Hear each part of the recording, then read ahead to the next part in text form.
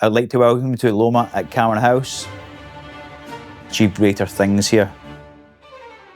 New adventure, a new challenge. Challenge myself.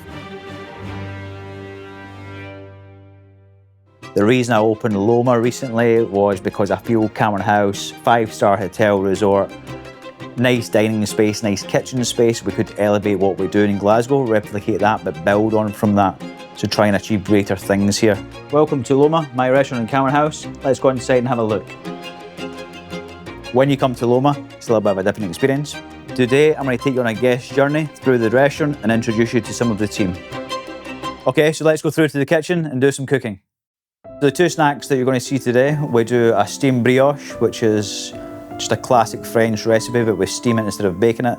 We made a cheese custard flavoured with some Australian black winter truffle, caramel of onion, so we make an onion stock in a pressure cooker till they're dark caramelised, a little bit of sherry vinegar and made into a gel. And to finish off, we just have some finely shaved Parmesan cheese, some fresh Australian black winter truffle, don't be shy with it, and a little bit of set powder. So there we have the Isle of Mull cheddar cheese bun with Parmesan, Australian black winter truffle and set mushroom. The guests enjoy it. We can never take it off the menu because when they do, they ask what it is.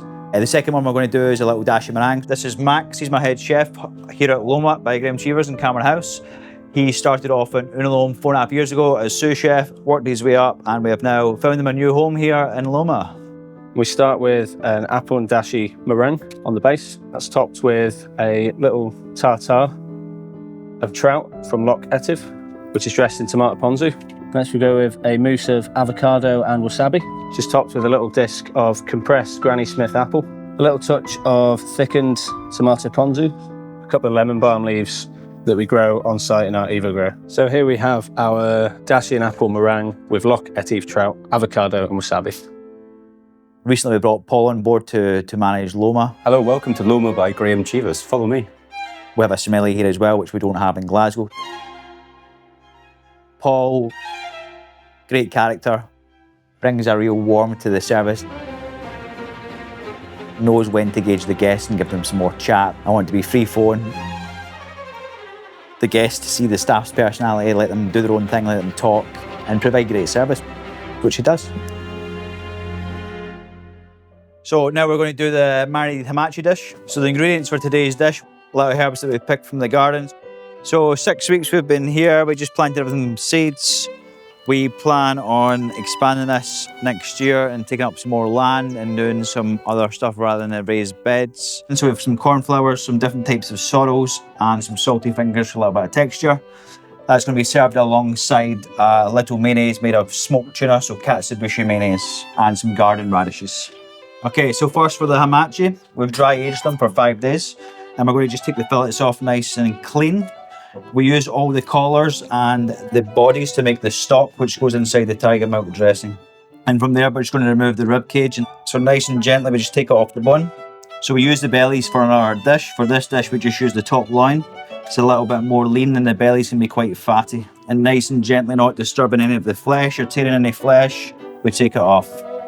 So here we have our hamachi. This is the fillet of hamachi. We have the belly and we have the top loin. We're going to just cut down the top loin. This is going to remove the pin bones in the spine and also separate the fatty belly from the nice lean top loin. The lean top loin is what we're going to use here. You can see the bloodline is still nice and pink. We want to keep the bloodline on for this dish. So from this stage here of the fish, we're going to make our dressing using the fish stock which we have here. We have aromats, salt, sugar, apple juice, anise, kaffir lime leaves and ginger. And we just add all this together and it's seasoned with some sake.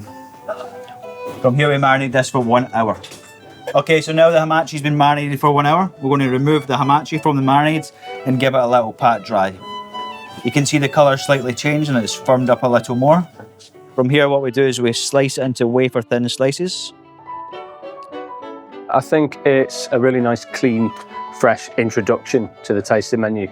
Okay, so Max has made a dressing, classic leche de tigre, so a tiger milk dressing. It's made with apple juice, all the bones made into a stock from the hamachi, some aromats, coriander seeds, coriander, lime, ginger, and some star anise. We're just going to compile the dish now. So we take a raw hamachi. We just place the hamachi inside the bowl. And we start to build the dish with the smoked tuna mayonnaise. And we just add our garden herbs. So we have some fennel tops, gives a nice freshness to the dish. Some little mustard flowers, gives it a little bit of heat. And the final little garnish is some salty fingers, which give it a nice saltiness and crunch to the dish. Finished with some little baby radishes before we pour in our tiger milk dressing. And finish off just with some garden herb oil. Service, please. The tableside service is really simple. We're just finishing the dish with the trout eggs. The reason we do it at the table is a little bit of theatre. Also, if you put them trout eggs into the dressing, it tends to start cooking them, which we don't want. We want to achieve a nice raw texture within the dish. And we're just going to finish the dish off here with a little bit of sake washed trout roll.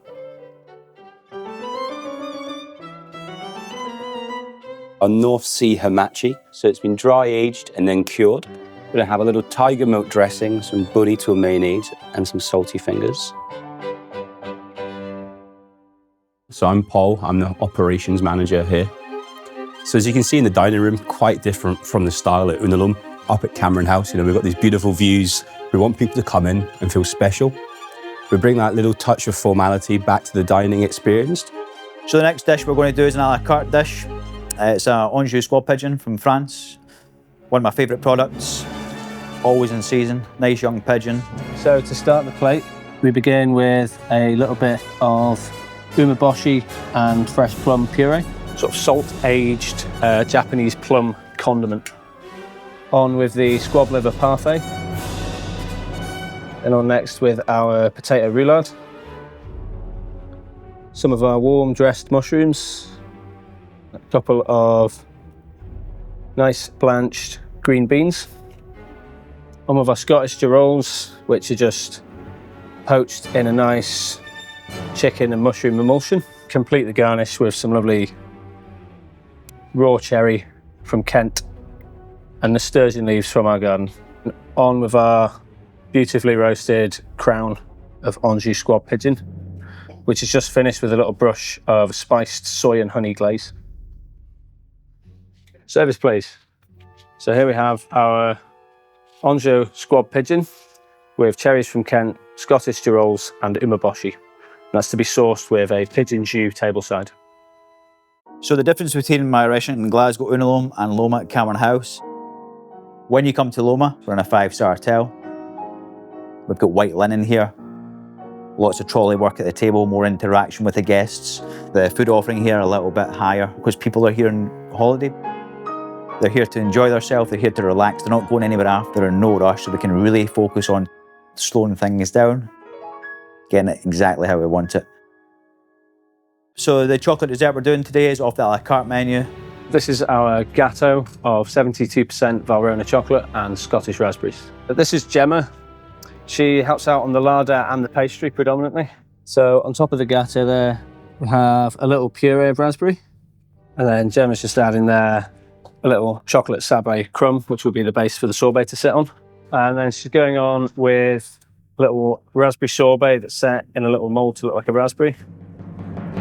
And then that's finished with a milk sorbet infused with coconut. So here we have our gatto of 72% Valrhona chocolate from the a la carte. And that's finished with a milk sorbet infused with coconut and Scottish raspberries. I want them to leave with a really strong memory of one of the best dining experiences they've had. Not only the food, but the service, the wine list, smelly service. I want the whole package to be full, including the views of the loch. Leave satisfied that what they've enjoyed, their experience, the food has all been good.